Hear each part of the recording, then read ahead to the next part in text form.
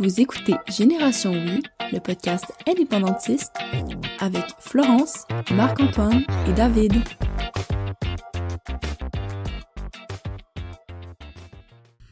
Alors, bonjour à tous et bienvenue à ce nouvel épisode de Génération Oui. Je suis très heureux de vous retrouver. Puis avant de vous introduire notre invité très spécial encore une fois cette semaine, j'aimerais remercier nos partenaires publicitaires. Donc, en premier lieu, on a Christine Normandin, qui est députée fédérale de Saint-Jean pour le Bloc québécois. C'est un immense plaisir de la compter parmi nos partenaires publicitaires. Vous pouvez d'ailleurs visiter son site Internet au www.christinenormandin.québec afin de suivre ses interventions à la Chambre des communes. Vous pouvez également retrouver une section simplement sur l'indépendance avec plein d'arguments, 50 arguments plus 1 en fait, pour faire une allusion au référendum. Donc, c'est vraiment très intéressant, c'est simplifié. Vous allez pouvoir bien convaincre vos amis, votre famille avec ça. Donc, je vous invite à y jeter un coup d'œil.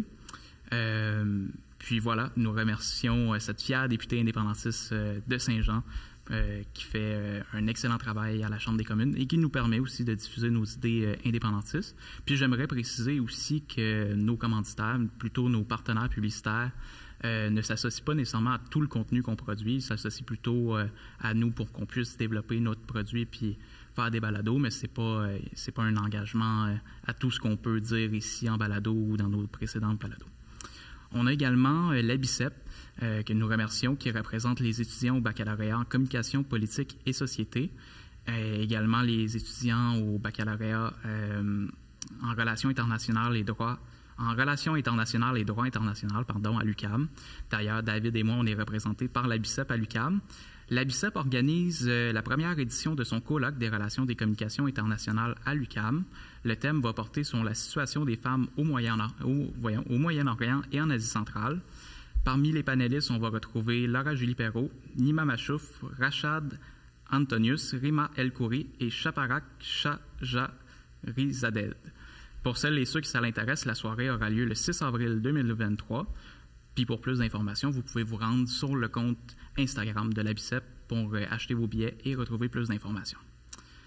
Alors voilà, avant toute chose aussi, je vous dis abonnez-vous à notre chaîne si vous aimez notre contenu. Si vous voulez nous aider à diffuser notre contenu indépendantiste, nos entrevues en profondeur avec nos invités, partagez, commentez, abonnez-vous, ça va vraiment nous aider énormément. Alors, on est avec Mégane Perry-Melançon, enfin. Désolé de la longue présentation, ça va bien? Oui, ça va très bien. Puis vous deux? Oui, ça va très bien. Alors, on peut se tutoyer? Je pense que oui, hein? Oui, c'est bon. Certainement.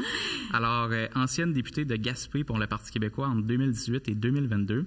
Vous êtes née à Gaspé le 10 mai 1990. Vous avez obtenu un baccalauréat en administration des affaires profil gestion internationale en 2018. Oui. Vous avez été agente de développement international pour les missions commerciales de l'Université Laval. Désormais, vous êtes porte-parole nationale du Parti québécois. Vous êtes, comme je le disais, Mégane Perry-Melançon. Merci d'être avec nous. Merci. Et je précise que le bac, je l'ai terminé durant la pandémie. Quand j'étais députée aussi, que j'avais énormément de choses à gérer là, dans les bureaux de comté. Donc, je suis quand même fière d'avoir fait cette réalisation-là, terminer mon bac. Donc, oui, un beau bagage quand on regarde ça avec un peu de recul. Exactement. Oui, puis comment on pourrait définir le rôle de porte-parole? Qu'est-ce qui est différent d'un chef, là?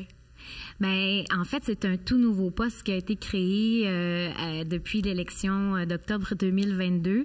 On sait qu'on a élu le chef du Parti québécois et deux formidables députés avec qui j'ai siégé dans le dernier mandat, puis ils sont d'une compétence vraiment incroyable. Donc, on le sait qu'ils vont faire du bruit. Ils en font déjà pas mal là, depuis leur entrée en poste.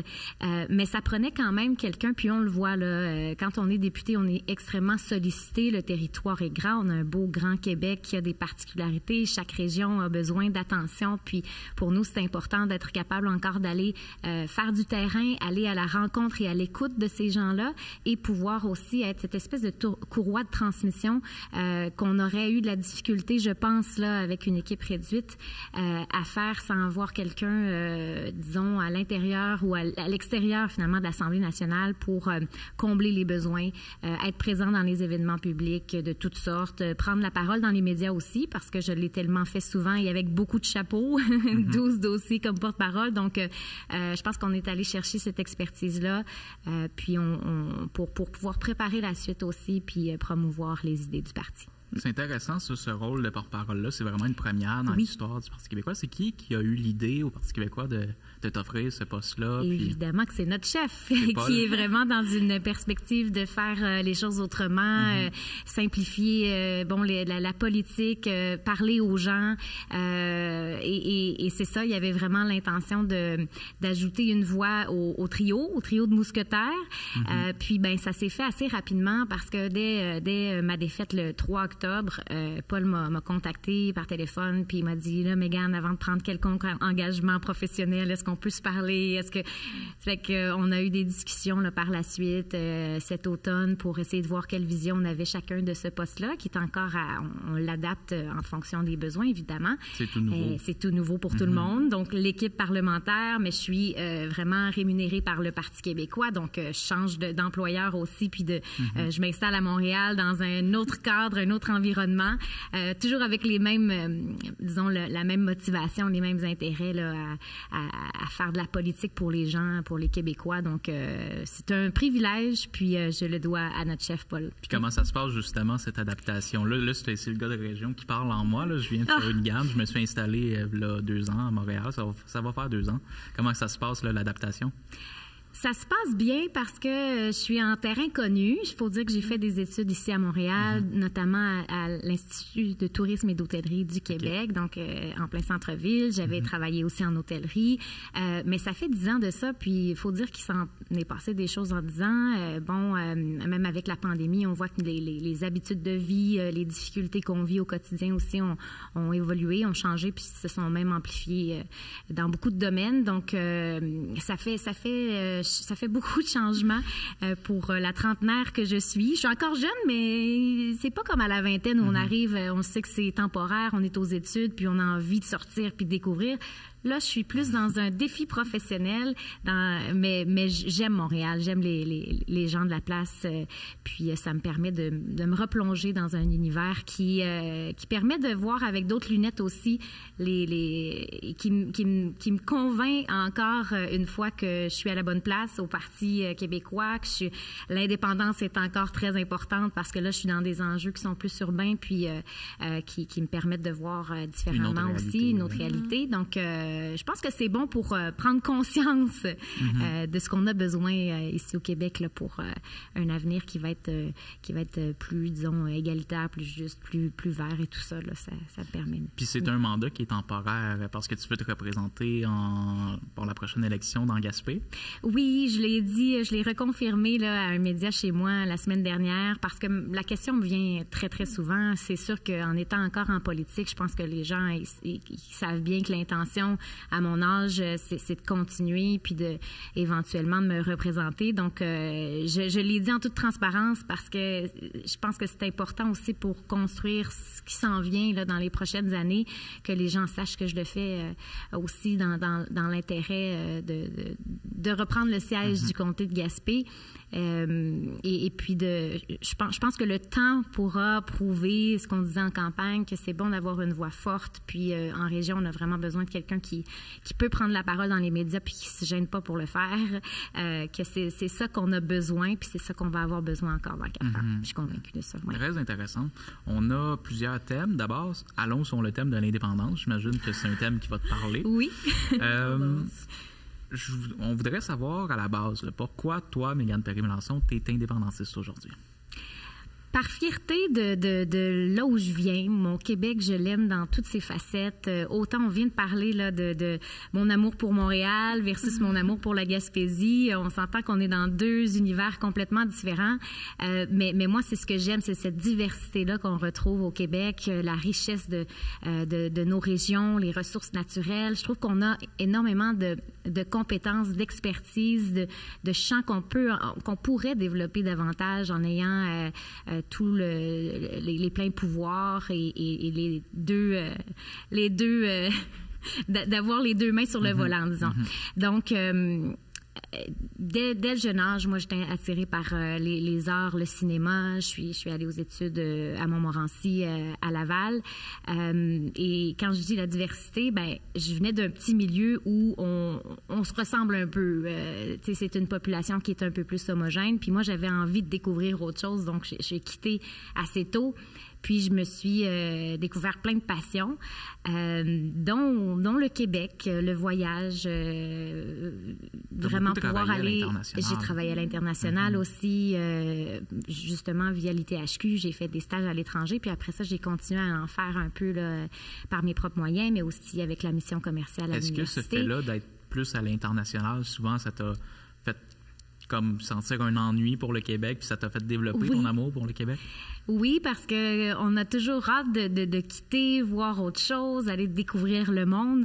Mais à un moment donné, l'appel, le retour à la maison, on commence à... c'est ça, il se fait sentir, puis on réalise qu'on est bien aussi au Québec. On est quand même une terre d'accueil. Je pense qu'on peut être fier de ce qu'on a bâti, réalisé au cours des dernières décennies, tout ça.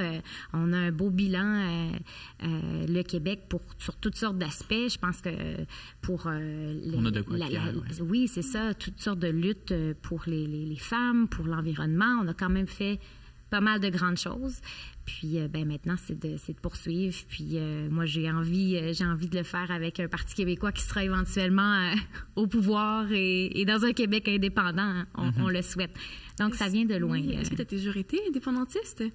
Je pense que ça a toujours fait partie, oui, de moi, quelque part à l'intérieur, mais ça s'est plus concrétisé quand j'ai travaillé dans un bureau de circonscription. Donc, oui, j'ai toujours eu l'intérêt. Je suis quelqu'un qui aime cette liberté-là, de pouvoir... mon autonomie, mon indépendance est importante, moi, comme individu. Donc, évidemment que je pense que le Québec devrait aussi pouvoir avoir cette chance-là, là, de s'émanciper. Donc, c'est venu un petit peu plus tard, par exemple. Je dirais dans le début de la vingtaine, comme attachée politique, ben là, évidemment, au quotidien, tu es un peu confronté à l'inefficacité dans certains dossiers, la gestion des champs de compétences au fédéral versus au Québec. Il y a quand même pas mal de chaos, là. On regarde juste la gestion de l'immigration, les ministères, c'est lourd, c'est difficile, les traitements, les gens attendent longtemps, des mois, des années. Donc, c'est ça, je pense qu'en termes d'efficacité, moi, j'ai toujours vu qu'on avait un problème là. Puis on aussi, fait souvent aussi pour deux ministères de l'immigration, deux ministères des transports, deux ministères de la santé, puis c'est comme ça, la liste est longue, deux ministères de l'environnement, on pourrait passer la soirée ici, là. Fait que il y a beaucoup de dédoublements, puis ça fait pas juste c'est pas juste d'un point de vue financier que c'est inefficace, là, c'est aussi en termes de temps puis de délai, puis les deux gouvernements doivent se parler, puis ça rend les choses vraiment compliquées, puis que ça, des fois, les gens c'est correct qu'ils soient désabusés, là, le système, il est lourd, là, aussi. C'est ça. Là. Exactement. Ouais. Fait que comme attaché politique, tu t'en es aperçu vraiment plus, là. Oui, c'est là que je m'en suis plus aperçue. Puis il y a beaucoup d'insatisfaction qui vient du terrain aussi de ça. Les groupes communautaires, les entrepreneurs, les gens de région aussi qui sont loin de l'action, des ministères, des bureaux de fonctionnaires, puis qui ont l'impression de tout le temps répéter les mêmes choses. Souvent, on a les solutions. Puis elles sont pas appliquées parce que ça se perd dans la machine, puis fait que ça crée beaucoup de déception, d'insatisfaction. Puis c'est ça. Donc pour rayonner à l'international, ça serait la première raison. Puis deuxièmement, pour une question d'efficacité, je pense que le Québec devrait pouvoir enlever ses chaînes là, puis justement, si on veut faire l'indépendance, c'est quoi la démarche du Parti québécois sur l'indépendance? Comment que vous voulez faire l'indépendance au Parti québécois? Bien, on a... je pense que en 2018, on a été confrontés à la réalité. Justement, on venait de perdre des élections, de passer de l'opposition officielle à troisième, puis ensuite deuxième opposition, là, avec mon recomptage, avec mon élection dans Gaspé. Donc, je pense que ça nous a imposer une réflexion collective à l'interne, et on a fait beaucoup d'étapes là, de reconstruction du parti avec un nouveau chef. Puis ça a été beaucoup pointé du doigt, là, la question des changements à la chefferie, à la direction, des visions différentes. On est passé sur l'axe gauche-droite. Bon, c'est un petit peu... on s'est un petit peu perdu dans tout ça, puis c'était difficile par la suite d'aller vendre le projet d'indépendance quand il changeait tout le temps de porte-parole là, au national. Ouais. Donc, ça a été un gros travail en 4 ans avec le congrès extraordinaire et tout ça. On a allégé nos statuts aussi pour enfin pouvoir parler, faire de la politique sur le terrain, pas juste être pris dans des congrès, puis dans des assemblées oui, militantes. C'est ça. Oui, exactement. Donc, vraiment d'aller sur le terrain, parler aux gens. Et là, ben, c'est comme venu naturellement. Évidemment, on a un chef qui est absolument décomplexé par la question indépendantiste, puis on n'est pas dans... qui l'assume, et on n'est pas dans... Bon, le référendum, il va être où? Ah, il va être à peu près dans la deuxième moitié du deuxième mandat d'un gouvernement. Puis à un moment donné, il faut être capable de s'assumer. Et je pense que c'est ça qui rejoint beaucoup de gens.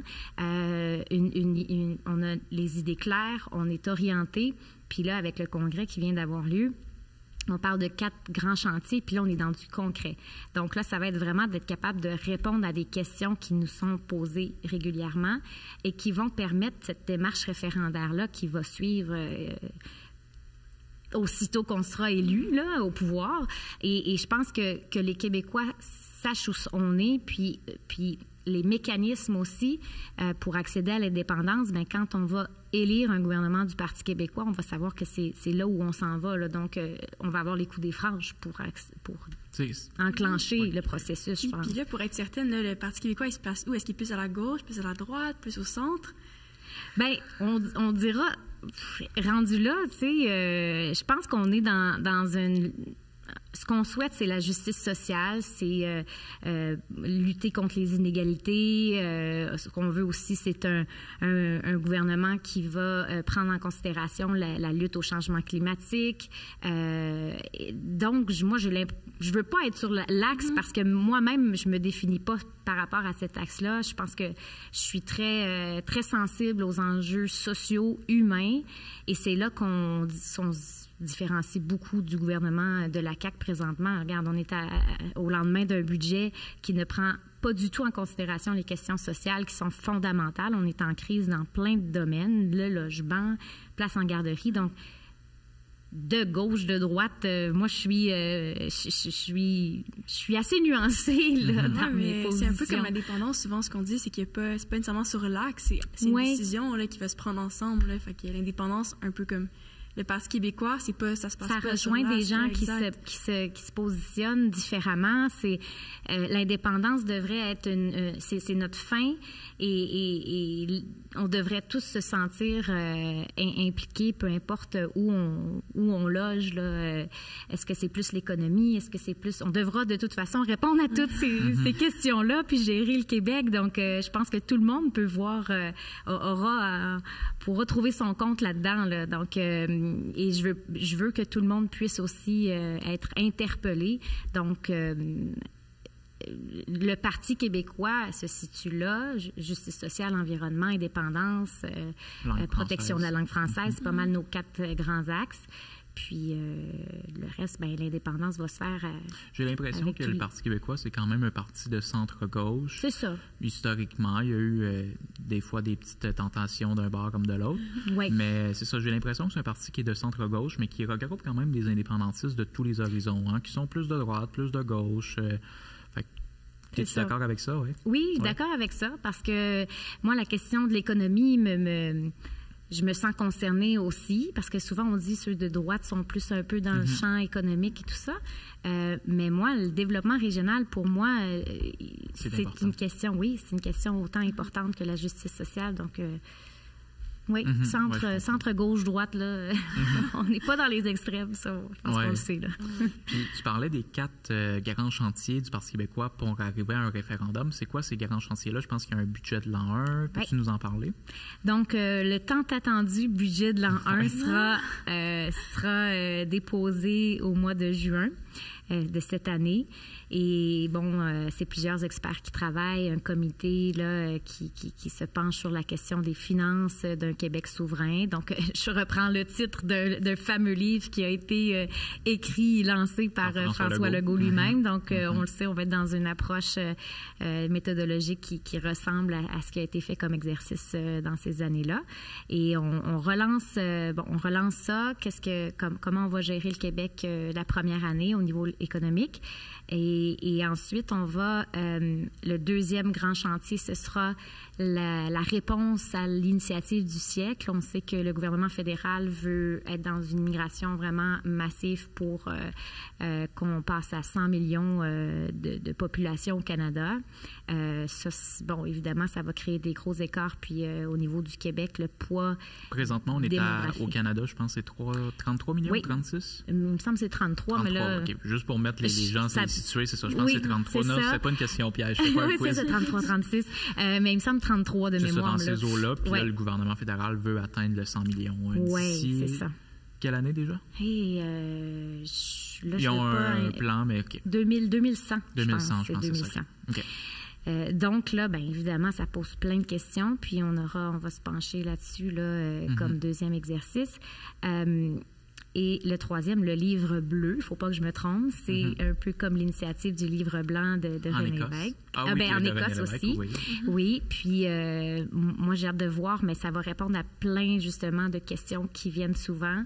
Je pense qu'il va falloir répondre à chacune de ces questions-là. Mais moi j'espère qu'on parlera de décentralisation des pouvoirs parce que le livre blanc en parlait beaucoup. Là. Je pointe par là parce que je sais que René Lévesque est derrière moi. Mais oui, pour moi, ça c'est une des raisons aussi pourquoi je milite pour l'indépendance du Québec. C'est pour qu'on puisse vraiment donner enfin du pouvoir puis du financement des budgets à nos municipalités, qu'elles aient des exercices démocratiques, donc qu'il y ait un peu des assemblées territoriales ou régionales qui font de la politique au même titre que l'Assemblée nationale en fait, puis que ce soit un exercice transparent, puis des décisions qui se prennent, parce que je trouve qu'on a perdu un peu ce palier-là au municipal. Chacun travaille un peu pour sa municipalité. On n'a plus les instances de concertation qu'on avait pour appuyer les élus municipaux. Donc, je trouve qu'on a perdu cette concertation-là qui, souvent, en région, est nécessaire pour prioriser des grands projets, puis qu'on ne tire pas chacun de notre côté, puis finalement, on se ramasse tous avec des miettes. Au fond, justement, le livre bleu dont tu fais mention que le Parti québécois va préparer, ça va répondre vraiment à des questions pragmatiques, comme qu'est-ce qu'on fait avec les frontières, la monnaie, j'imagine, c'est un peu ça? Oui, donc c'est ça, quand je parlais de décentralisation, c'est que j'imagine qu'on va être capable aussi de mettre en place une espèce de modèle de fonctionnement parce que les paliers vont tous se rapprocher du citoyen comme tel. Le Québec va gérer le pays, puis ensuite les régions vont avoir aussi des rôles importants à jouer là-dedans. Donc la monnaie, l'armée, c'est souvent un peu ce que les fédéralistes vont utiliser comme argumentaire et épouvantail pour dire qu'est-ce qu'on va faire avec l'armée là, donc il y aura ça, puis finalement une déclaration aussi sur la citoyenneté québécoise. Là. Donc quatre outils qui vont nous permettre de faire du travail dans nos instances du parti, mais aussi après de promouvoir l'indépendance, d'avoir une séquence, Puis tout ça, c'est en vue de la prochaine élection pour que le Parti québécois prenne le pouvoir puis puisse faire un référendum.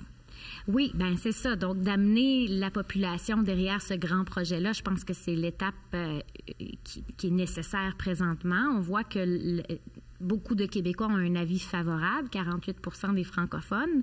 Donc, c'est intéressant de voir ça. Là. C'est pas nécessairement je pense pas que c'est des oui purs là, dans la boîte là, d'un référendum, mais c'est quand même beaucoup de monde qui sont ouverts à l'idée puis qui attendent juste ça qu'on leur en parle. Donc, il me semble que c'est notre devoir de le faire. Avez-vous l'impression que la question de l'indépendance revient un peu plus maintenant, là, qu'on est comme dans une vague, on dirait que ça commence? Oui, puis c'est pas anodin, puis c'est pas un hasard. Je pense que d'en parler comme on fait aujourd'hui et que les gens puissent voir un peu, OK, ben lui, c'est pour telle raison, moi, ce serait ça. Quelqu'un qui est dans le domaine de la culture, culture, un autre dans le domaine de l'environnement. Tout le monde peut y trouver son compte parce que c'est un projet qui est là pour rassembler. Et on a tous notre vision de notre Québec indépendant, mais l'important, c'est de pouvoir en parler entre nous, puis de se donner des arguments, puis d'aller convaincre le maximum de gens. Puis de le réaliser, au fond. Ça nous prend une maison avant de débattre quelle sera la couleur du mur de la chambre, puis de la chambre des invités. C'est ça, exactement. Donc oui, il faut être capable de répondre à des questions, mais il faut aussi laisser de la latitude aux gouvernements qui vont être en place après. C'est ça, exactement. C'est quoi, parce que ce que tu me parles là, présentement du livre bleu, ça répond quand même à beaucoup d'aspects qu'une constituante pourrait répondre. On sait qu'à Québec solidaire, leur démarche, c'est de faire une assemblée constituante. On a eu Ruba Gazal, c'est une entrevue qui nous a un peu mis sur la map, en bon français, comme on pourrait dire, aux yeux de... Tant mieux pour vous. Tant mieux pour nous. Fait que c'est ça, leur démarche à eux, c'est vraiment une constituante. Une fois qu'ils vont prendre le pouvoir, c'est quoi la différence avec le Parti québécois? Est-ce que l'Assemblée constituante pourrait venir dans un gouvernement du Parti québécois par la suite ou... Bien, je pense que là, la souveraineté association est une démarche qui a déjà été pensée, puis qui n'a pas été concluante là, nécessairement. Ça a passé proche, si je me rappelle, là, du vote. En tout cas, en 80, c'était un petit peu moins proche, mais en 95... C'est ça, oui. Mais je pense que nous, le travail va se faire en amont, puis par la suite, la consultation populaire sera le geste ultime. Là, je pense que c'est vraiment là, présentement, là, de ce qu'on voit la différence entre le Parti québécois et Québec solidaire. Québec solidaire veut vraiment faire ce travail-là une fois qu'ils vont être au gouvernement. Évidemment, ils en parlent un peu avant, mais... C'est confrontant quand même, comme façon. Ben, je veux pas...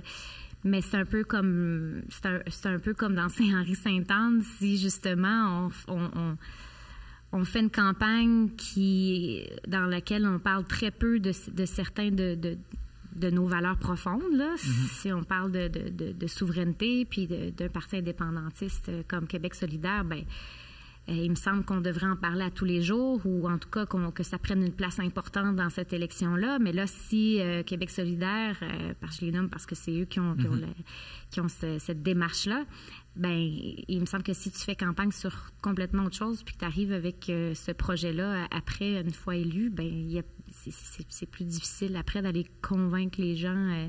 Je pense qu'ils ont un gros travail à faire pour en parler dans leur rang, dans leurs membres, au sein de leur base, parce que c'est pas tout le monde qui est indépendantiste dans cette formation politique-là. Donc, il me semble que je prendrais les prochaines années pour essayer de convaincre une base qui est censée être assez proche d'eux, là, les gens qui votent pour eux.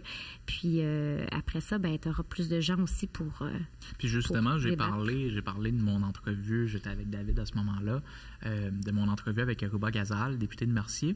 Puis, tu as réagi via une lettre. Oui. Veux-tu nous en parler un peu, comment tu as réagi à cet épisode-là avec Ruba Gazal? Bien, j'ai trouvé ça choquant d'entendre un peu un discours qu'on était habitué d'entendre dans leurs instances, mais peut-être plus en congrès ou en conseil ou tout ça, là où il y a les militants. Mais là, on est dans une plateforme qui est là pour faire la promotion d'une idée qui est la souveraineté. On essaie donc de faire ça le plus inclusif possible. Et là, ben, j'entends des propos qui viennent un peu... Qui vient cibler une grande majorité de notre base avec lesquels je travaille, des gens que je côtoie, des collègues.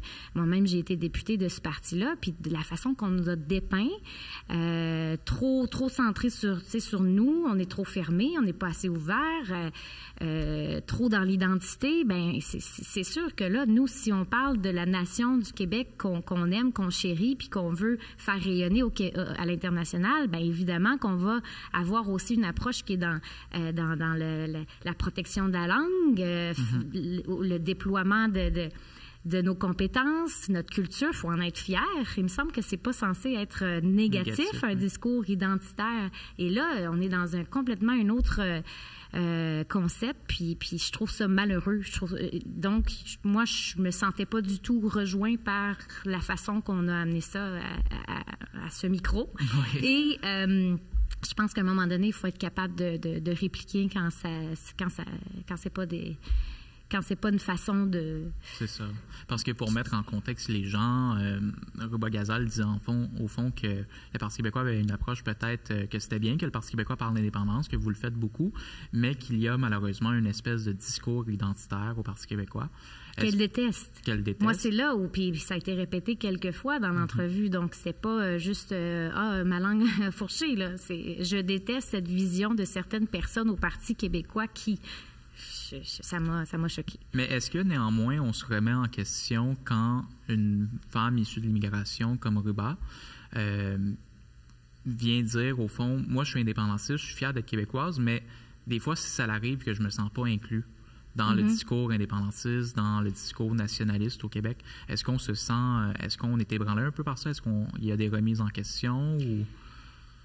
Bien, c'est qu'on est dans des sujets tellement sensibles parce que je pense qu'elle associe ça souvent à certaines politiques ou notre discours sur l'immigration. Mais quand on regarde dans les faits, le chemin Roxham, la fermeture, elle est demandée, ou en tout cas, la grande majorité des Québécois, dans un sondage, ont répondu qu'il fallait le fermer.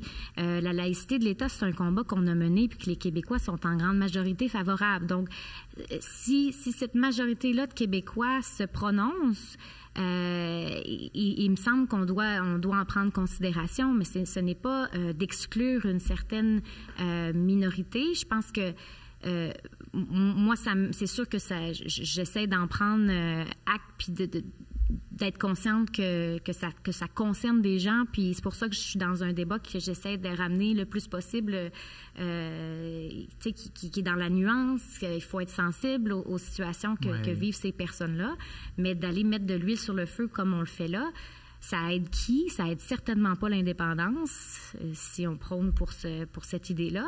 Puis, je veux dire, ça fait juste rendre encore plus, je pense, ça amène une lourdeur, puis une distance entre les partis. Je trouve que ça alimente le cynisme envers les politiciens. Puis ça crée de la distance alors qu'on essaie de se rapprocher de tout le monde, de tous les Québécois. Donc, c'est pas un projet pour une classe de Québécois. Le Québécois né, en tout cas, ou qui est arrivé du temps, je sais pas comment, de la Nouvelle-France, en tout cas, bon, c'était aller loin là, dans son discours. Donc là, on était en train de dire les vrais Québécois versus les pas vrais Québécois. Ça vient pas de ma base, en tout cas, parler comme ça.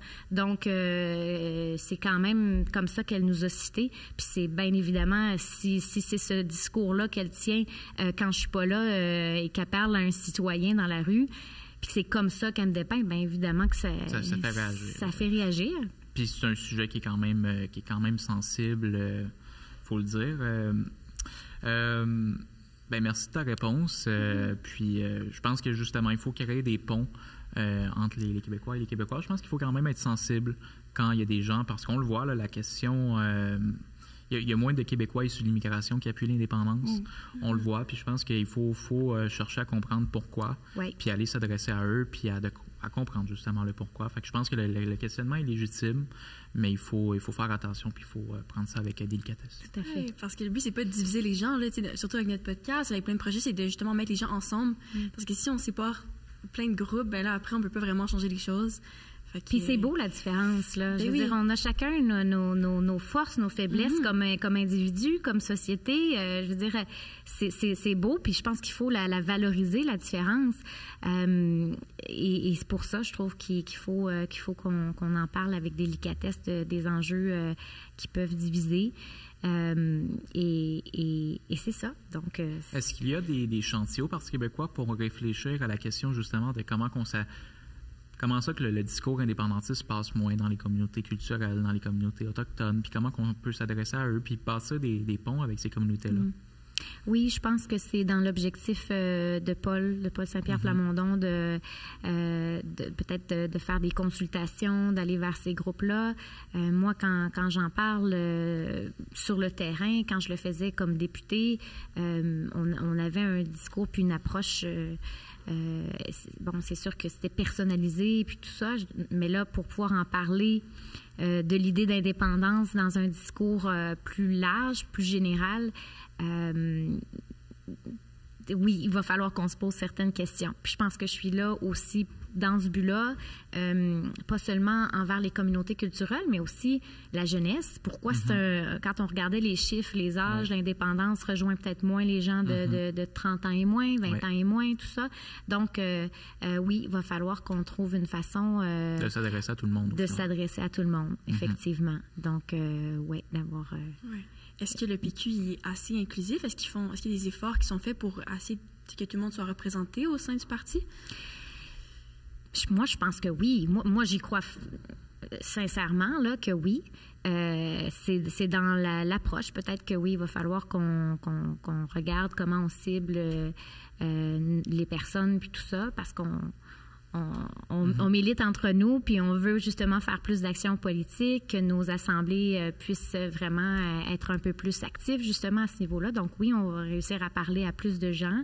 Moi, je suis très proche de mes groupes communautaires et le Parti québécois l'a toujours été. Donc ça, c'est des gens aussi qui connaissent bien les réalités de beaucoup de différentes catégories d'individus, de différentes classes sociales aussi. Donc, je pense qu'il faut... on est déjà beaucoup à l'écoute, puis on connaît assez bien la réalité. Ce qu'on propose aussi comme solution est souvent axé justement sur les bons enjeux et tout ça. Donc, oui, c'est dans le discours, c'est dans la promotion. Ça va être notre travail... mais je pourrais pas dire à quel moment ou qu'est-ce qui... C'est tellement un paquet de facteurs. Quand on regarde aussi la façon que les nouveaux arrivants sont accueillis, ben c'est beaucoup plus une cérémonie qui est axée sur l'accueil du Canada. Puis on arrive au Canada, puis c'est ça, puis c'est un pays avec 2 langues. Puis c'est normal que on s'en aille dans ce qu'on connaît ou ce qu'on est le plus à l'aise. Il y en a plusieurs de ces gens-là qui vont qui ont une meilleure base en anglais. Donc, c'est tout à fait humain, là, ce qu'ils vivent, puis faut pas les blâmer de choisir d'aller dans ce qu'ils connaissent, puis l'anglais, puis tout ça, puis ou d'aller dans des communautés là où ils retrouvent des gens de leur culture ou tout ça, c'est normal.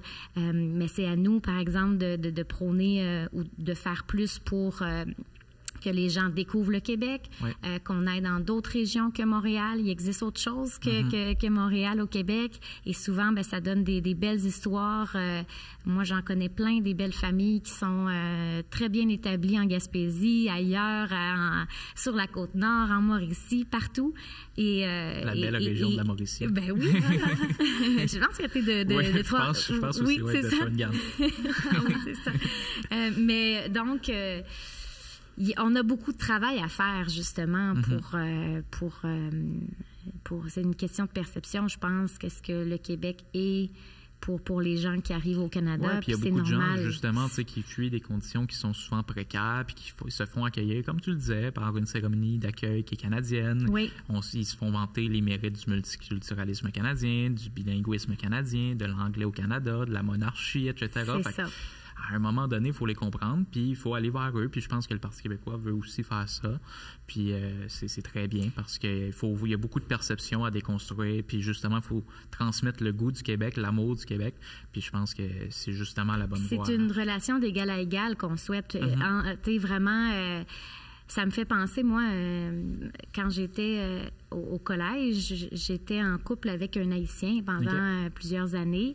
Puis quand j'arrivais dans sa famille, ça parlait créole. C'est des gens vraiment très verbomoteurs. C'est des gens qui ont une personnalité colorée puis super dynamique, intéressante. Mais ma belle-mère, à l'époque, elle me parlait des fois seulement en créole. Là, on était à la table, mais j'étais chez elle. Elle voulait aussi que je puisse m'intégrer à la belle famille, une culture haïtienne. Donc, sans parler la langue, ben, des fois, c'est difficile de communiquer. Donc, je pense que c'est aussi du côté du Québec, c'est normal de vouloir qu'on crée un dialogue et la communication, elle passe par la langue française. C'est la langue officielle. Oui.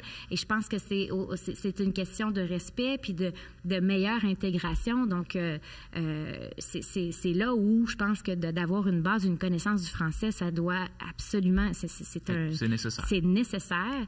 Et il faut donner les outils à ces gens-là. Encore une fois, c'est ça. Augmenter nos ressources en francisation. Même dans nos critères pour l'immigration économique, on peut en faire plus. Donc, c'est là où je pense qu'on a un travail à faire. J'imagine que ce ne sera pas avec des publicités gouvernementales qui parlent de faucons pèlerins et quel point c'est sketch. J'ai déjà parlé comme ça dans mon jeune temps. Je pense que c'est un passage, à un moment donné, on le vit, puis on se replace aussi plus tard, là. C'est normal, puis... ça m'a fait sourire parce que c'est vrai qu'on en a parlé. Je veux dire, ça a créé un dialogue. Puis bon, fait que moi, je suis pas dans le camp des wash. C'était vraiment une publicité qui passe à côté de la cible. Mais évidemment qu'il faut pas que ce soit la seule chose qu'on mette en œuvre dans les prochaines années. On pourrait investir en culture pour que les jeunes aient le goût d'écouter du contenu francophone. Exactement, aussi, d'avoir des plateformes même québécoises ou que sur les plateformes où les jeunes sont présentement, comme Netflix ou autres, que c'est ça, on augmente la production. Parce que c'est pas juste en disant aux gens parler français qu'ils vont le faire. Il faut vraiment leur donner le goût. C'est ça. Complètement d'accord avec ça. C'est une tendance, je veux dire, de parler comme ça. Je pense pas que dans les... c'est pas... Dans les milieux de travail que c'est problématique, ça. C'est ça. Non, adultes, ils ont pu parler comme ça. Là, moi, en tant que jeune, on dirait que j'ai pris un peu comme un attaque. Là. On essaie tellement de consommer de la culture québécoise. Puis là, c'est comme, j'essaie chez possible. Rien pas de moi, s'il vous plaît. Mais je pense qu'il va y avoir des efforts là. Après, ça a fait réagir les gens. Ça prenait ça pour qu'il y ait du changement. Là. C'est ça. On en verra les résultats plus tard. Puis, tu sais, c'est très difficile de contrôler ça. Un langage entre nous, entre amis, je veux dire, c'est pas là que ça aura le plus gros impact, mais qu'on prenne conscience des enjeux du déclin. Ça, chez les jeunes, je pense que c'est pas tout le monde qui a encore cet éveil-là nécessairement, là, mais ça vient plus tard dans son parcours. Si on conclut sur le bloc sur l'indépendance, c'est quoi, selon toi, les points de convergence avec Québec solidaire? Parce que présentement, il y a quand même 3 partis indépendantistes au Québec. En fait, 4 avec le bloc qui est au fédéral. Il y a le Parti québécois, évidemment, le Québec solidaire, puis maintenant Climat Québec. Fait que ce serait quoi les points de convergence, selon toi, avec Québec solidaire? Il y en a plusieurs, justement, sur la justice sociale, sur le fait qu'on pense que les organismes communautaires ont un rôle majeur à jouer. Ils le font déjà très bien, sauf qu'ils sont vraiment en grand déficit d'investissement depuis plusieurs années. Puis là, le budget hier, je pense qu'on parle de à peu près 194 millions de dollars en tout là, dans l'enveloppe, alors que ça aurait dû être de 300, les groupes vous diraient 370 millions par année. Donc, il y a des luttes comme ça qu'on est souvent, les deux partis, aux mêmes conférences de presse, la lutte au changement climatique, la condition féminine. Il y a eu... Quand j'étais députée, j'en ai fait des points de presse, justement, là, sur les féminicides. On demandait que la CAQ réagisse, descendre les enveloppes vers les maisons d'hébergement. Donc, oui, je dirais environnement, justice sociale. Oui, il y en a quand même plusieurs, au fond. Oui. Fait qu'on peut imaginer un camp du oui avec plus qu'un parti. Moi, je pense que oui. On verra comment peut-être nos outils de promotion de l'indépendance seront reçus chez Québec solidaire. Ça, je pense que ça va être intéressant de regarder ça là, avec les initiatives du Parti québécois pour les prochaines années. Mais il va falloir commencer à entendre un discours qui n'est pas seulement sur les éléments négatifs ou ce qui nous divise, mais plutôt d'essayer de trouver nos forces puis nos points forts, puis de temps en temps sortir positivement sur des annonces qu'un ou l'autre fait. Ça serait pas mauvais parce que je voyais Québec solidaire, ça m'a fait sourire, mais qui demandait une passe culture au gouvernement de la CAQ là, récemment avant le budget. C'est quelque chose qu'on a déjà demandé en 2018 ou 2019, en tout cas. Fait que c'est pas pour rien qu'on se reprend certaines idées, c'est parce que on a des intérêts communs. Donc, profitons de ça, puis... essayons de parler des fois, d'une seule voix, il me semble. Oui. En tout cas, moi, je vous lève puis là, je m'adresse à l'ensemble du Parti québécois, je vous lève mon chapeau parce que la démarche avec les 4 grands chantiers, je trouve que c'est vraiment bien. Surtout le livre bleu, le budget de l'an 1, ça met vraiment du concret sur le projet de pays, puis ça peut répondre à des préoccupations pragmatiques des gens qui se disent souvent, ouais, mais il va arriver quoi avec les frontières? Qu'est-ce qui va arriver avec l'armée? Qu'est-ce qui va arriver si on se fait envahir? Combien de fois je l'ai entendu? Si on va se faire envahir. Ah oui, mais ce que je trouve intéressant, c'est que là, on a l'écoute de la population. Il fallait que le chef se fasse connaître avant de pouvoir faire ces grands chantiers-là. Donc, je pense que ça s'est inscrit dans une démarche oui, c'était nécessaire, puis on avait hâte de pouvoir le faire, mais il y avait quand même d'autres étapes à passer avant qui, là, sont derrière, puis on est bien content de pouvoir... oui. On est content de voir un momentum pour l'indépendance. Vraiment. Si on va sur le bloc du féminisme, on voulait parler de féminisme avec toi. C'est quoi, toi, ta vision du féminisme? Puis c'est quoi la vision un peu du Parti québécois sur le féminisme? Ben, c'est une cause qu'on porte depuis bon nombre d'années parce qu'il y a un écart, il y a des iniquités entre les genres, les sexes depuis très longtemps. On a fait de grands pas vers l'avant dans la société moderne du Québec, mais bon, il reste encore beaucoup de luttes en conditions féminines. Donc, pour moi, le féminisme, ben, c'est toute personne qui veut participer à cette lutte-là, une cause importante et qui évolue au fil des ans parce que le contexte social aussi évolue, change. Donc, il faut être vigilant, il ne faut pas prendre aucun acquis. Justement, il ne faut pas les prendre pour acquis, les réalisations du passé. On a des voisins autour aussi là, qui nous font peur pour les droits des femmes, l'avortement et tout ça. Donc, il faut toujours être vigilant. Puis, je pense que le féminisme est ce qui nous permet de garder cet œil-là ouvert, puis d'amener les changements dans les politiques, puis au niveau du gouvernement. Oui, mais c'est surtout souvent une raison que je dis aux gens, là, si on était un pays, on pourrait comme se protéger un peu plus de nos voisins ou du fédéral. On ne sait pas trop là, ce qui se passe des fois en Alberta, c'est quoi les nouveaux points de vue. Ah, oui, c'est l'exemple un peu cliché, l'Alberta, mais c'est vrai, on ne sait pas ce qui se passe. Fait que moi, ça me fait peur, surtout en tant que femme, est-ce que je vais perdre mes droits, tu sais, ils sont vraiment établis, mais on ne sait jamais quand cette question-là peut revenir. Quand dans ma tête, c'était une question qu'on se posait même plus. Le livre était fermé, puis on avait ce droit-là. Oui. Mais là, il ne faut pas prendre acquis. Là. Ouais, exactement. Raison, puis si on regarde même le droit de voter pour les femmes, ça fait pas si longtemps que ça, là, ici au Québec. Donc, il y a un gros chemin de fait. On a parcouru déjà un bon bout de... Mais oui, oui, c'est ça. C'est important. Puis je pense que maintenant, le féminisme est moins péjoratif dans l'esprit de beaucoup de gens. Moi, je n'ai jamais senti de réticence quand je me dis fièrement féministe, puis des hommes aussi de plus en plus qui se considèrent féministes et qui le disent publiquement, mais ça n'empêche pas que la cause est encore tout aussi importante. Oui, parce que tu le mentionnes bien, en 2016, moi je m'en souviens, la ministre de la Condition féminine, je pense que c'est Lise Tanrio, puis elle avait dit qu'elle n'était pas féministe.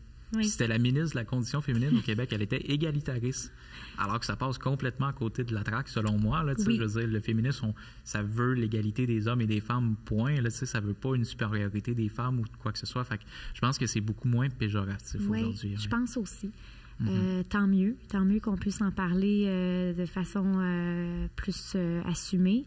Et puis oui, on voit que ça reprend un peu du poil de la bête là, dans plusieurs combats qu'on mène parce que je trouve que la pandémie aussi a exacerbé aussi beaucoup d'enjeux dont des métiers représentés par des femmes qui étaient au front aussi, dans la pandémie, les féminicides, la violence, c'est ça, conjugale ou sexuelle. Et il me semble qu'on vit présentement des enjeux là, qui... même la santé mentale, il me semble qu'il y a beaucoup de gros chantiers présentement qu'il faut qu'on pense là-dedans à la condition féminine parce que c'est ça, il va toujours avoir un combat à faire. Même la loi sur l'équité salariale, ça fait quand même plusieurs années qu'elle a été créée, dans les années 90, si je ne me trompe pas, par le Parti québécois, mais elle n'est pas toujours appliquée, même pas par le gouvernement lui-même. Donc, on voit qu'on a encore... du chemin à faire. Oui. Oui. Non, OK. Puis je me demandais, justement, on a vu tout un débat autour du mot intersectionnel. On a vu, d'une part, il y a eu une motion à l'Assemblée nationale qui a été rejetée par la CAQ pour souligner le 8 mars, puis il y avait le mot intersectionnel dedans, féminisme intersectionnel. Le Parti québécois avait appuyé la motion, mais par la suite, on a vu Pascal Bérubé revenir sur cette motion-là en disant que le féminisme du Parti québécois n'était pas intersectionnel, mais universaliste. C'est quoi la différence un peu pour les gens à la maison entre le féminisme universaliste et le féminisme intersectionnel?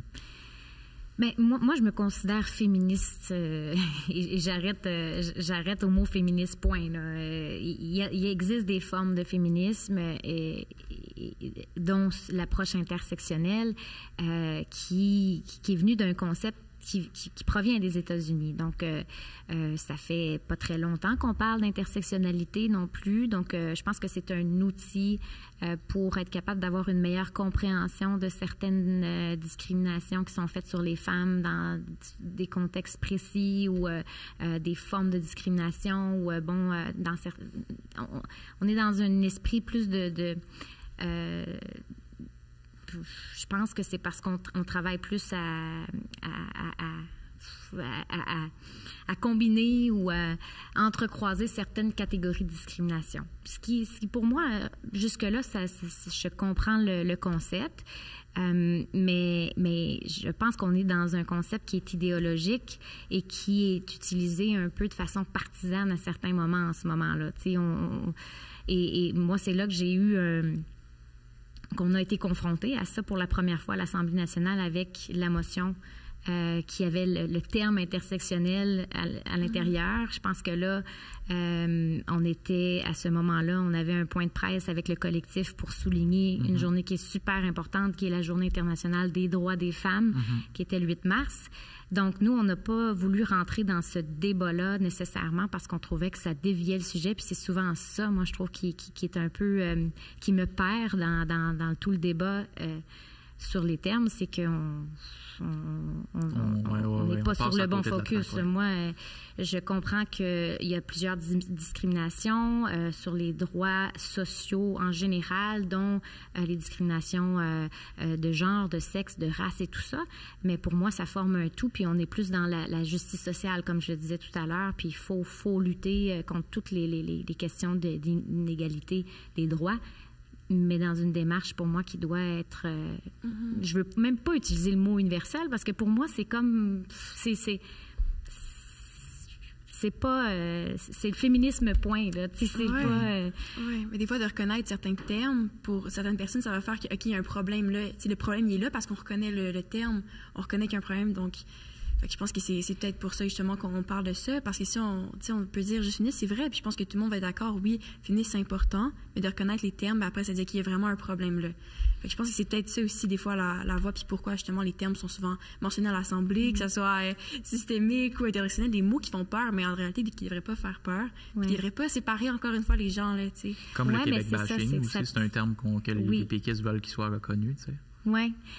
Ben, c'est que même quand je fais l'exercice, parce que là, on commence à en parler, donc oui, je m'ouvre l'oreille. Je veux pas être dans une démarche qui est complètement fermée de tous ces concepts-là. Puis ce que ça amène, moi, ce que je veux voir, c'est qu'est-ce que ça nous amène de vraiment commencer à amener cette multiplicité-là des discriminations. Puis c'est une nouvelle approche pour moi, là. Donc, il faut que je vois un peu... Je pense que le gouvernement l'a utilisé dans différentes politiques stratégiques. Donc, oui, on va regarder ça avec attention, puis il y aura des débats à faire, mais même auprès des groupes de femmes, c'est pas tout le monde qui s'entend sur le concept non plus, ou sur la démarche, ou sur l'approche, si c'est vraiment ça qu'on doit prioriser. Donc, moi, je peux pas m'avancer aujourd'hui de dire que même si on rejette pas l'idée du féminisme intersectoriel, c'est comme ça qu'on va fonctionner pour établir les processus et les politiques gouvernementales. Pour moi, c'est comme deux choses, là. Oui, je reconnais le concept, mais d'avoir l'approche comme le souhaitait Québec solidaire, ou en tout cas l'esprit de cette motion-là, moi, j'ai encore du travail à faire pour bien comprendre ce raisonnement-là. Le concept, oui, c'est ça. Donc, moi, je le dis de façon bien transparente, mais... C'est quand même nouveau au Québec, il faut l'admettre. C'est ça. Au Québec, c'est ça, justement. Souvent, on importe des concepts qui viennent d'ailleurs, puis qui prennent ça prend les un certain contextes. Temps avant que... Oui, c'est ça. Fait que je comprends que les gens, peut-être que ça... Ben, moi, en tout cas, ça m'éloigne un peu là, de... Parce qu'au fond, c'est pas si compliqué quand on s'y penche un peu. Le féminisme intersectionnel, c'est justement, comme tu le disais tantôt, puis comme tu le disais, Florence, c'est de considérer qu'il y a plusieurs axes d'oppression, au fond. Ouais. Donc, par exemple, quand tu es une femme, c'est un axe d'oppression. Si tu es francophone, au Canada, c'est un axe d'oppression. Si tu es autochtones ou non autochtones, tu sais, tout ça se regroupe ensemble, puis ça se multiplie, puis ça fait en sorte que chaque expérience de femme est unique. Mais il y a tellement de groupes, puis il y a tellement, justement, d'entrecroisements entre ces discriminations-là, puis on pourrait l'élargir à tous les exemples qu'on vient de nommer là, puis les régions aussi. Les femmes en région doivent pas vivre la même chose que les femmes en milieu urbain, puis il me semble que de commencer à créer des catégories, puis alors qu'on est dans un contexte qui est toujours en mouvement, les luttes sociales, elles évoluent. Pour moi, le féminisme englobe toutes ces luttes-là et on est sensible justement aux particularités, puis justement d'être dans l'approche féminisme universaliste n'empêche pas de les voir puis de les considérer, là, les particularités. Donc, c'est pour ça que je me demande en quoi est-ce plus... c'est quoi la justification d'aller encore dans un mot de plus, alors que pour moi, le féminisme, il englobe tout ça. Et on l'a démontré à maintes reprises au Parti québécois qu'on peut prendre en considération toutes les particularités avec les chantiers qu'on a mis en œuvre. Là. Les CPE, c'était pour toutes les femmes qui avaient besoin d'une place pour exactement leur enfant. Ça, c'était une politique de féminisme intersectionnel parce que ça visait surtout les femmes qui étaient dans des milieux moins nantis. Donc, c'est une partie des femmes et non toutes les femmes. Mais à ce niveau-là, c'est pas juste le féminisme. Les maternelles 4 ans du Parti québécois, c'était aussi pour aider les enfants de familles moins nantis ou qui n'ont pas eu les mêmes chances pour plein de raisons, de pouvoir aller à l'école plus tôt. Donc, je pense que oui, l'approche intersectionnelle, elle existe, mais pas uniquement au contexte féministe. Mais là, on est dans des luttes tellement importantes. Toutes les femmes vivent des oppressions, des inégalités. Puis je pense pas qu'il faut commencer à pointer du doigt les concepts et les gens qui ont une vision du féminisme. On devrait, encore une fois, être dans une approche qui englobe, qui rassemble. Puis il est là le but, l'objectif, c'est de lutter contre ces inégalités-là et pas de commencer à se rajouter une lourdeur dans le discours puis dans les visions politiques qui s'entrechoquent ou... Puis c'est ça. Puis si je me fais un peu l'avocat du diable, j'aime ça, je l'ai fait avec Ruba, je le fais par équité avec toi aussi. Justement, tu dis, ne rajoutons pas des mots au féminisme, soyons féministes, point. C'est un peu la vision du féminisme universaliste, de dire les femmes doivent faire bloc puis avancer le droit des femmes, mais le féminisme intersectionnel considère, puis j'insiste là-dessus, considère que vraiment il y a des différences entre les femmes. Toutes les femmes ne sont pas pareilles. Tu peux pas, je pense pas que les femmes, puis je suis pas une femme, mais de ce que je comprends du concept intersectionnel, c'est que aucune femme peut dire je suis seulement femme. Les femmes peuvent dire je suis femme, je suis une femme noire, puis tout ça s'additionne puis se multiplie entre eux, puis les axes d'oppression, si on les considère pas, ça les invisibilise un peu. Qu'est-ce que tu penses un peu de ça? Parce que souvent... Est-ce que vraiment sont invisibles? Parce que c'est là où je dis, moi, on a appliqué des politiques, où on a fait des travaux quand on était au gouvernement qui prenaient en considération. Donc, ils n'étaient pas invisibles. Oui, tout à fait. Mais pourquoi pas reconnaître le terme dans ce cas-là? C'est pas qu'on reconnaît pas. Je l'ai dit, je rejette pas l'idée d'intersectionnalité. Donc, c'est juste que moi, là où je décroche, c'est quand un parti va l'utiliser plus à des fins partisanes. Donc, quand on voit certains groupes qui militent pour faire invalider la loi 21, par exemple, à la Cour suprême, et puis qui utilisent l'approche intersectionnelle, moi, c'est sûr que ça me fait peur qu'on commence à entrer ce débat-là par un peu la porte d'en arrière, dans une motion qui était là pour souligner le Jour des femmes, puis que là, on commence à dire... La CAQ n'est pas... je vous dirais qu'elle n'a pas assez de sensibilité pour les femmes, la CAQ, puis c'est le budget déposé hier qui me le confirme. C'est pas d'être pour ou contre la façon que Québec solidaire voit le féminisme. Là. À un moment donné, il faut être réaliste. Là. Et là, moi, je peux vous dire que je suis très déçue, mais c'est dans les résultats, c'est dans ce que la CAQ nous démontre au quotidien que leur féminisme, pour moi, il est très faible et qu'on doit travailler à renforcer... renforcer les politiques, puis que les femmes sont pas assez prises en considération dans le budget, ben pour moi, ça c'est une réalité sur laquelle on doit tout le monde travailler. Donc, c'est là où je trouve que, des fois, c'est un peu stratégique, où on amène le concept au niveau politique pour quelles raisons? Est-ce que c'est ça. Je me demande si c'est pour la bonne volonté de lutter contre l'oppression sur les femmes ou que c'est pour autre chose, là, au final. Avais-tu quelque chose à ajouter? Ben, je pense que je comprends votre point, et puis je comprends vraiment aussi celle du PQ. Et moi, je suis en réflexion constante. Je suis pas quelqu'un qui est fermé de... C'est normal aussi de remettre en question ce qui se passe, puis surtout, comme on parlait tantôt, ça change toujours, le mouvement féministe, puis il y a des gens qui vont dire on est dans une nouvelle vague, puis tout. Puis c'est super intéressant de voir où on se place dans cette vague-là, puis qu'est-ce qu'on veut faire, mais au point final, je pense que tout le monde est d'accord pour dire qu'on veut juste qu'il y ait la cause, que ça aille mieux. Mais c'est sûr que quand on va comparer des réalités d'une femme blanche privilégiée à une femme noire, c'est sûr que ça va être des problèmes qui sont différents, tu sais. Même si ça reste quand même deux femmes, leur expérience en tant que femme est tellement différente. Oui, mais ça reste des problèmes pour les deux. Les deux vivent des problèmes. Il y a des problèmes qu'une femme noire va vivre qu'une femme blanche va pas vivre parce que justement, elle est noire. La discrimination à l'embauche, par exemple. Exactement. Mais ça va devenir aussi un problème lié... C'est les hommes et les femmes qui le vivent. Donc là, mais c'est un double défi quand t'es femme et noire plus que homme et noir. Mais effectivement... Mais ce qu'on met en œuvre pour contrer ça... C'est plus important. Je veux dire, ça peut venir de plusieurs chantiers, chapeaux, ministères...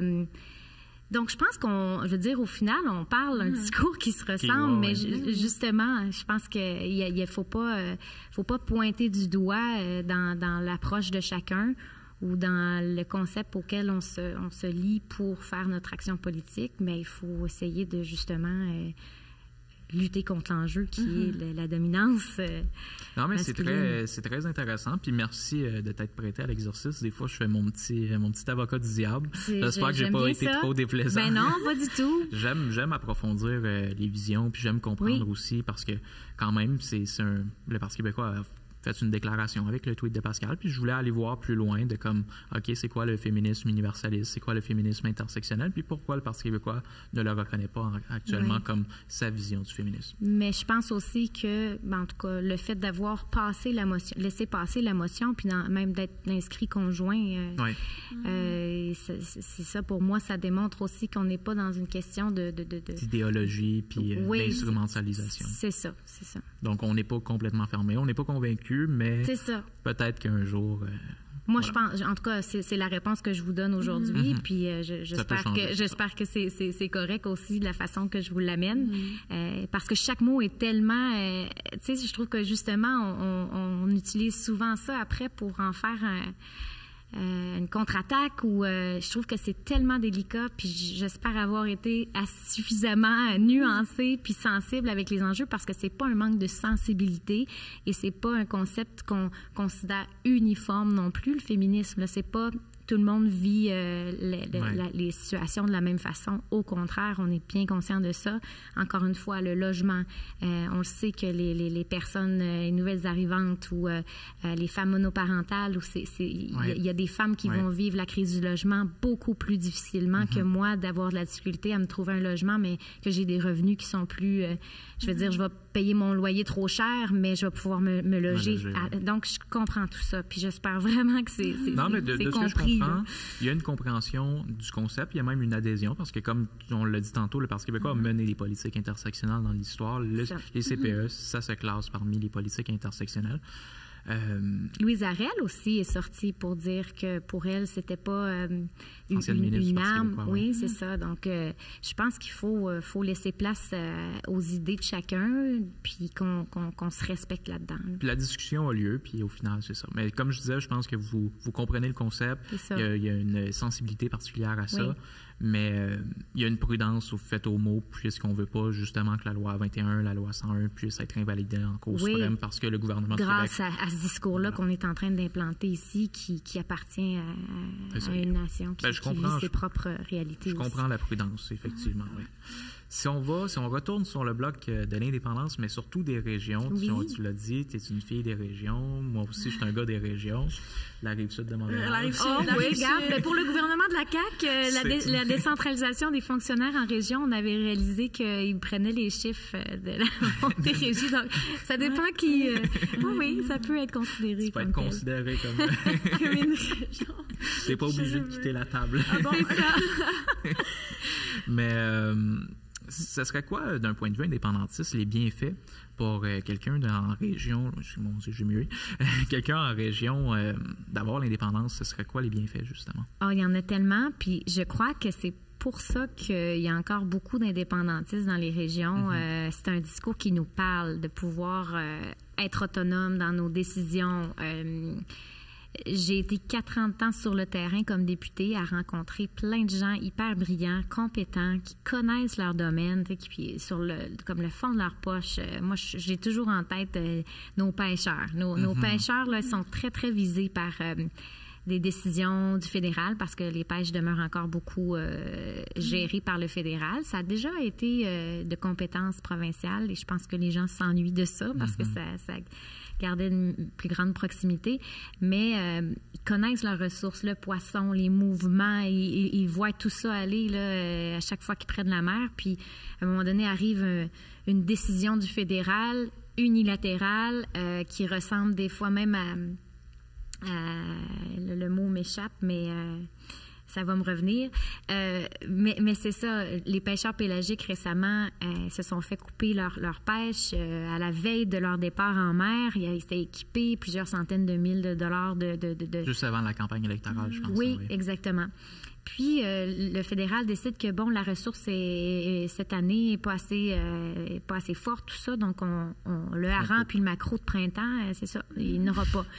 Mais là, c'est ça, c'est des décisions qui sont prises vraiment de façon cavalière puis qui a un impact réel. Mais en tout cas, tout ça pour dire que quand on voit que les décisions sont prises vraiment loin puis des fois pas avec les données en temps réel, ben ça a un impact énorme sur l'économie des régions.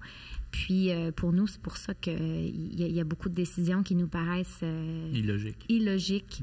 Puis oui, on veut protéger la ressource, mais encore faut-il bien l'étudier. Puis des fois, le fédéral a moins cette compétence-là que nos propres pêcheurs. Là. Plus que le pouvoir est éloigné, souvent plus que c'est difficile. Puis c'est ça un peu l'indépendance, c'est de rapprocher le pouvoir, si je comprends bien. Exactement. Donc, rapprocher le pouvoir. En région, c'est sûr que quand je parle de décision du fédéral, c'est dans plusieurs champs. Là. Même la régionalisation de l'immigration, si on veut y arriver. Souvent, les travailleurs vont passer par le programme de travailleurs étrangers temporaires parce que souvent, nous autres, on a des ça, c'est fédéral. C'est fédéral. Puis, c'est ça. On a beaucoup d'emplois qui sont saisonniers, donc on n'a pas toujours besoin de main-d'œuvre à l'année, mais c'est des gens qui vont venir d'année en année, des Mexicains, des gens de toutes sortes d'endroits qui reviennent en Gaspésie décortiquer dans les usines des pattes de crabe. Puis en tout cas, ils sont très... on les adore, puis on a une chance qu'on les a. Mais il y a encore là, d'un employeur à l'autre, si la saison prend fin plus tôt, la saison des pêches, cet employé-là ne pourra pas aller, par exemple, prêter main forte dans les cuisines à percer à côté des usines pour aider nos restaurateurs en pleine saison touristique. Donc, dans la façon que les permis sont faits, puis moi, je l'ai souvent dit au gouvernement du Québec, mais lui, il dit, regarde, c'est le fédéral. Fait que là, tout le monde se renvoie la balle, personne ne prend vraiment le problème de front. Ça devient un peu comme un enfant qui va voir son père, puis qui dit, non, on va voir ta mère, puis là, la mère a dit... sur les pantalons, mets la main comme ça, puis bon, j'attends... Puis la mère a dit, va voir ton père. C'est ça. C'est exactement. Puis au bout du compte, comme on n'a pas... on a souvent bien des solutions à nos problèmes en Gaspésie ou ailleurs dans les régions. Puis, on n'a pas le portefeuille pour juste pouvoir appliquer ces solutions-là. Donc, pour moi, ça fait partie des raisons pourquoi on est encore indépendantiste chez nous, beaucoup. Il y a toutes sortes de raisons. Oui. Selon toi, est-ce que les régions comme la Gaspésie auraient plus de pouvoir et d'autonomie dans un Québec souverain? Oui, moi, je suis assurée de ça. dans la mécanique, il faudra à un moment donné qu'on prenne le temps de bien exposer notre vision de ça, là, qu'est-ce que les régions pourraient avoir comme pouvoir politique et financier, mais évidemment qu'il y aurait plus d'enveloppes. On le voit encore, là les municipalités, j'entendais le président de l'UMQ dire on va avoir encore de la difficulté à gérer nos territoires avec l'argent qui vient du gouvernement du Québec, mais c'est sûr que là, on a 3 paliers, là. Fait que, et les municipalités ont besoin de pouvoir prendre des décisions puis avoir de l'argent. Là, présentement, leurs sources de revenus sont très limitées. Donc, c'est encore toujours le nerf de la guerre. À chaque année, ça revient. Donc, oui, je pense que d'avoir une gestion plus efficace de nos revenus d'État, bien, forcément que ça va aller plus facilement vers les régions, là. Même au Parti québécois, j'étais très fière de cette proposition-là en campagne. Je l'ai travaillée avec mon recherchiste, puis après ça, on a convaincu le caucus et tout ça. Vous savez un peu comment ça fonctionne. Puis, bon, après ça, il faut passer à la plateforme électorale avec les militants et tout ça. On avait un plan pour le développement régional qui décentralisait le PQI. Donc, PQI, on sait, c'est toutes les infrastructures au Québec. Ça peut être la construction de routes, mais aussi d'écoles, de CPE, de rénover une église. Tout passe par le PQI. Okay. Mais il n'y a rien qui est décidé en région de ce PQI-là. Donc, souvent, quand nous, on voit les priorités... C'est toujours Québec qui choisit? Oui. Okay. Donc... ça relève de...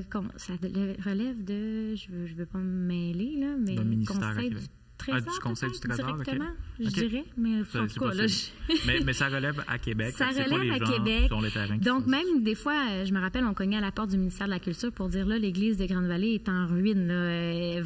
Clairement, là, il n'y a plus... faut faire quelque chose. C'est patrimonial, c'est la carte postale du village. Bon... Ah ben on peut pas. Nous autres, c'est dans le PQI que ça va se gérer. Puis ça, c'est le fonctionnement et pas de priorisation, tout ça. Donc, moi, je pense que ça, on aurait une façon de décentraliser justement des décisions. Ben avec le PQI, si il y a une partie de ça qui est gérée en région, nous, on voulait le régionaliser de un et régler un écart. Il y a eu vraiment un écart qui s'est creusé entre ce qu'on investit en ville et en région de à peu près 11 milliards. Donc, on voulait aussi rétablir, là, faire ce rattrapage-là. Donc, espérons qu'à un moment donné, ça se rende au gouvernement, cette bonne idée-là, puis qu'ils la reprennent. Mais sinon, nous, dans un Québec indépendant qui serait formé par le PQ, là, c'est dans nos cartons. Ouais, j'avais une question. Si par exemple un touriste vient au Québec, c'est quelle région que tu proposerais de visiter? Ben là, j'ai beaucoup vanté la Gaspésie, mais il y a la Côte-Nord qui est extraordinaire. Il y a l'Abitibi, il y a les Laurentides, la Mauricie. Québec aussi, parce que, oui. Bon, je veux pas qu'on envoie toute notre immigration économique en région, mais il y a tellement de belles régions. Il n'y en a pas une qui surpasse. Non, c'est ça. Pour moi, elles sont toutes belles, puis devraient toutes avoir une attention particulière. Puis c'est vraiment en misant sur les forces, puis en leur donnant les moyens de se définir et de se développer qu'on va réellement réussir à les faire rayonner. Là. Je pense qu'on n'a vraiment pas encore atteint notre potentiel là-dessus. Là. Puis si on parle de la Gaspésie, ce serait quoi tes conseils pour quelqu'un qui voudrait aller visiter la Gaspésie quand... De prendre son temps. Parce que souvent, les gens veulent faire tout le tour de la Gaspésie, je les comprends, mais ça se fait pas en 3 jours. Fait que...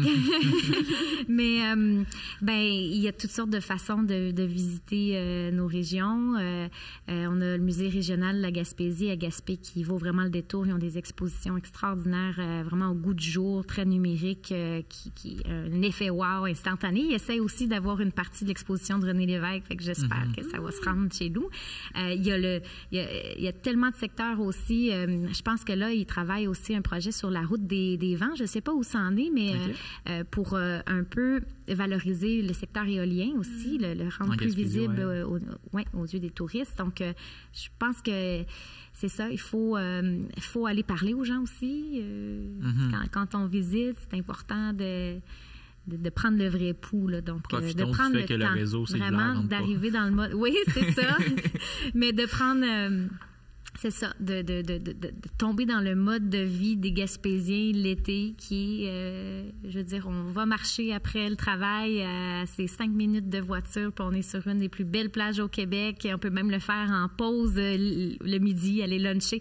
Donc, c'est ça, je pense que c'est de prendre les habitudes des Gaspésiens, puis de profiter de chaque petit instant que tu peux avoir sur le bord de la mer et des montagnes.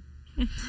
C'est là aussi que tu vas voir plus la faune aussi. Oui, c'est vraiment une belle région. Oui, c'est ça. C'est que si vous allez en randonnée dans le parc Forillon, écoutez le bruit, puis parlez pas trop entre vous, puis peut-être que vous allez avoir l'occasion de voir un orignal, un ours ou... pas tout le monde qui veut voir un ours, là, mais... Sinon, parlez bien fort, puis vous n'en verrez pas. Mais non, c'est magnifique. Avais-tu une dernière question sur les régions, la culture? Même, j'ajouterais aussi Nation Micmac de Gespec. Donc, on a on a le tourisme autochtone est bien développé là, dans les régions du Québec. Donc, moi, je pense qu'on devrait tous se faire un devoir d'aller... voir les centres de ces... Moi, c'est le centre de la Nation Micmac chez nous, puis ils font de l'interprétation, ils sont super. Donc, je pense qu'on devrait le faire aussi dans notre tourisme intra-Québec, là. Aller visiter les... Je pense que c'est un devoir de citoyen. Vraiment, oui. Oui, puis là, on parlait un peu de culture. Est-ce qu'il y a un artiste québécois ou québécoise qui t'aime beaucoup puis qui te rend fière, justement? On en a beaucoup. Ben là, on était en Gaspésie, puis Patrice Michaud, Claude Pelgag, Claude Pelgag, puis on en a beaucoup, des connus, des moins connus. Je peux pas commencer à les nommer parce que là, j'aurais peur d'en oublier. Ça va faire des jaloux. Oui, c'est ça. Moi, j'aime quand on me raconte... des histoires du Québec, justement, puis à travers l'art et tout ça. Donc, on en a beaucoup. On a une culture riche. On a vraiment une belle culture, là, sincèrement. Et le Québec indépendant pourrait les mettre encore plus, les faire rayonner davantage. À l'international. À l'international, même au niveau des sports. Donc, oui, on a beaucoup de gens qui nous rendent fiers ici. On passerait, si ça te va, à la formule ça ou ça. Oui. Donc, je te donnerais... deux choix, puis il faudrait que tu choisisses ta préférence entre les deux choix. Oh là là! Est-ce que ça te va? Moi, je suis quelqu'un d'assez ambivalent dans la vie. Quand il faut prendre des décisions, des fois, c'est juste choisir entre deux sortes de sauces à l'épicerie. Ouais, puis là, moi, je on reste une demi-heure jusqu'à la fermeture. Mais là, c'est vraiment c'est ça, de faire un choix rapide, sans nuance. Okay. C'est difficile, j'en conviens. OK. Fait que j'y vais. Lève-tôt ou couche-tard? Couche-tard. Couche-tard. Commission parlementaire ou période des questions? Période des questions. Canadien de Montréal ou Nordique de Québec? Nordique de Québec. Québec solidaire ou Climat Québec? Il faut répondre à la main tendue, Québec solidaire. Prendre le pouvoir en alliance avec Québec solidaire pour faire l'indépendance ou ne plus jamais prendre le pouvoir? L'alliance. Oui. L'alliance. Je suis jeune, hein? Moi, j'ai pas vécu toutes sortes de marques qui me font mal au cœur. Je comprends. Puis, finalement, la dernière, Québec souverain avec un gouvernement de droite ou Québec province avec un gouvernement de gauche? Oh mon Dieu, mais là, c'est ni souhaitable. Attends, je vais la répéter. Oui. Québec souverain avec un gouvernement de droite ou Québec province avec un gouvernement de gauche? Notre droite n'est pas non plus extrême présentement. Là, donc, là, je m'explique, là, mais j'irai avec un gouvernement souverain. Oui, de droite. Je comprends. Puis après ça, on peut changer. Puis là, on change. Après, c'est ça. Voilà. Oui, après, on renverse ça. Comme dans tout pays démocratique. Ça va prendre des partis, là, une fois qu'on a un pays. Ça va oui, tout ça va encore exister. Là, donc, ça peut rassurer les gens qui nous écoutent. C'est pas parce qu'on a un gouvernement de droite une fois que ça va être pendant 200 ans un gouvernement de droite. C'est ça. À moins qu'on réanime j'espère qu'on aura encore les droits des femmes et tout ça, là, l'avortement, en autant qu'il n'y ait pas le temps de s'installer trop longtemps, ce gouvernement-là. Qu'on ne perde pas tout ce qu'on a bâti. Je suis assez d'accord. On te remercie, Mégane, de t'être prêtée à l'exercice en ayant accepté notre invitation pour parler d'indépendance. Ça fait plaisir. C'est vraiment intéressant. On apprécie vraiment ton approche d'ouverture, d'inclusion, puis aussi rassembleuse. Donc, j'essaye. Puis je comprends qu'il faut quand même parler de tous les enjeux du Québec, puis c'est pas tout qui permet d'avoir un discours rassembleur, mais c'est notre devoir de le faire, tous ceux qui qui baigne dans la politique, puis vous le faites bien. C'est une belle tribune que vous avez, sincèrement. Bien, merci beaucoup. Merci. C'est très gentil. Si tu as un mot de la fin, est-ce que tu veux inviter les gens à suivre le Parti québécois d'une manière ou d'une autre? Oui, bien, suivez, parce que là, avec tout ce qu'on vient d'annoncer, là, ça va être super intéressant. Puis pas juste pas seulement ceux qui veulent s'impliquer concrètement dans le parti. Évidemment, on invite tout le monde qui a l'intérêt à le faire, mais de tendre l'oreille, d'être curieux, de regarder ce qui se fait au Québec, tous les partis, ce qu'on a à dire. Il y a tellement de messages en ce moment et tellement de médias. Des fois, c'est dilué. Et justement, des balados de plusieurs minutes qui vont dans le fond d'un sujet, ben ça a sa place. Donc, d'essayer de s'informer de différentes sources pour pas... parce qu'en plus, avec les algorithmes et les chambres d'écho, là, c'est facile de toujours entendre juste un discours puis pas l'envers de la médaille. Et je pense que c'est important au Québec d'être encore nuancé puis de pouvoir se parler. Puis on est chanceux, en fait, là, d'être dans une société démocratique. Puis c'est ça, il faut y participer à cette belle vie citoyenne-là. Exactement. Impliquez-vous. Exactement. Ça serait mon message. Bien, merci beaucoup, encore une fois. Puis, je vais terminer en remerciant nos partenaires publicitaires, soit Mme Christine Normandin, comme je l'ai dit en début d'entrevue. Si vous ne la connaissez pas, allez sur son site internet www.christinenormandin.québec. Vous allez retrouver un argumentaire dans la section Indépendance qui résume un peu tout l'argumentaire indépendantiste. Il y a 50 raisons plus une de faire l'indépendance. Donc, je vous invite vraiment à aller sur son site. Vous allez avoir le lien dans la description de toute façon. Également, je remercie la BICEP qui représente les étudiants au baccalauréat en communication politique et société, ainsi que les étudiants et étudiantes au baccalauréat en relations internationales et droit international à l'UQAM. Et la BICEP organise justement pour les étudiantes et étudiants un colloque qui est ouvert aux professeurs, mais aussi aux étudiantes et étudiantes, qui va porter justement sur la situation des femmes au Moyen-Orient et en Asie centrale. Donc, si ça vous intéresse, rendez-vous sur le Instagram de la BICEP, @BICEP_UQAM. Vous allez retrouver les informations dans la description.